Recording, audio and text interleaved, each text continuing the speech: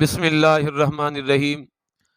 मौली ज़हीर देवबंदी पंहिंजी video clip क्या अज़ान से क़ब्ल मुरव्वजा सलातो सलाम साबित है, इन वीडियो क्लिप जे अंदरि हिकिड़ो ॿियो कूड़ ॻाल्हाए थो।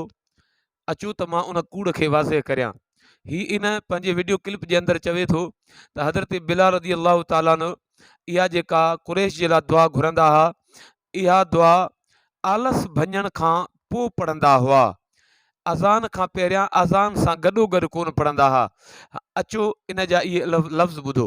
बंदा उठता है, अंगड़ाई लेता है, अंगड़ाई लेने के बाद हजरत बिलाल रज़ी अल्लाह तआला अन्हु एक दुआ पढ़ते थे, अल्लाहुम्मा इन्नी अहमदुका वस्तईनुका अला कुरैशिन, ये दुआ पढ़ते थे।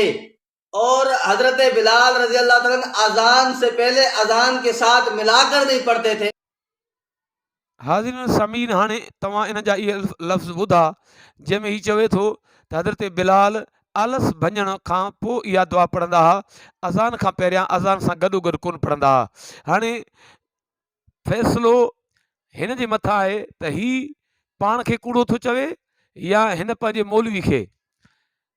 ही मौलवी मोहम्मद आकिल जेको शागिर्द आहे मौलवी ज़करिया जो, इन पंहिंजे किताब अद्दुरुल मंदूद शरह सुनन अबी दाऊद इन जे जिल्द नंबर 2 सफ़े नंबर 118 ते लिखियो आहे त हज़रत बिलाल इहा दुआ अज़ान खां पहिरियां पढ़ंदा हुआ।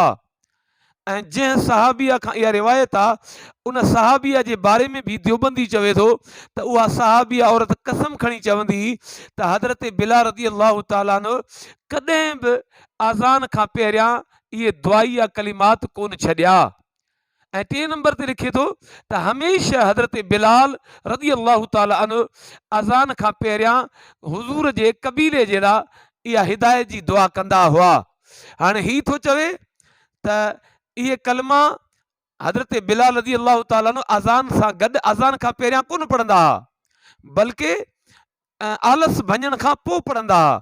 ऐं हिन जो मुल्लो थो चवे त इहे दुआई कलिमात हज़रत बिलाल रज़ी अल्लाह ताला अन्हु अज़ान खां पहिरियां पढ़ंदा ऐं हमेशह हमेशह पढ़ंदा हुआ, ऐं कॾहिं बि हज़रत बिलाल रज़ी अल्लाह ताला अन्हु उहे कलमा अज़ान खां पहिरियां न छॾिया। अचो त मां उहे अल्फाज़ तव्हांखे पढ़ी ॿुधायां। नंबर 1 चए तो और अज़ान से पहले ये दुआ पढ़ते, अल्लाहुम्मा इन्नी अहमदुका व अस्तईनुका अला कुरैश। उसके बाद फिर अज़ान देते, वो बकसम कहती हैं कि उन्होंने कभी ये कलिमात दुआइया अज़ान से पहले तर्क नहीं किए। अगते लिखे दो त अज़ान हमेशा अज़ान से पहले कुरैश के लिए जो हुजूर सल्लल्लाहु अलैहि वसल्लम का कबीला है, हिदायत की दुआ किया करते थे। हाणे हिन देवबंदी ज़हीर जे इन मुल्ले जे किताब मां त पतो पियो त इहे दुआ हज़रत बिलाल रज़ी अल्लाह ताला जी अज़ान खां पहिरियां हूंदी, अज़ान सां गॾु हूंदी। ही चवे थो त आलस भञण खां पोइ हूंदी, अज़ान सां मिलियल अज़ान सां लॻ कोन हूंदी। हाणे मां हिन खां पुछां थो, मुला तूं कूड़ो या तुंहिंजो मौलवी मोहम्मद आकिल ज़करिया जो शागिर्द कूड़ो? तूं सचो या तुंहिंजो ही मुल्लो सचो? तूं तो गुमराह करी माण्हुनि खे या तुंहिंजो ही मुल्लो थो गुमराह करे माण्हुनि खे? तोखे त पंहिंजे अकाबिरीन जे किताबनि जी ख़बर कान्हे का, त पोइ तूं असांजे बुज़ुर्गनि ते कहिड़े मुंहं सां तूं तनक़ीद करी? अलाह करीम खां दुआ आहे त करीम रब हिन जाहिल जे जहालतुनि खां ऐं हिन गुमराह जे गुमराहियुनि खां पूरी उम्मत खे महफ़ूज़ फरमाए।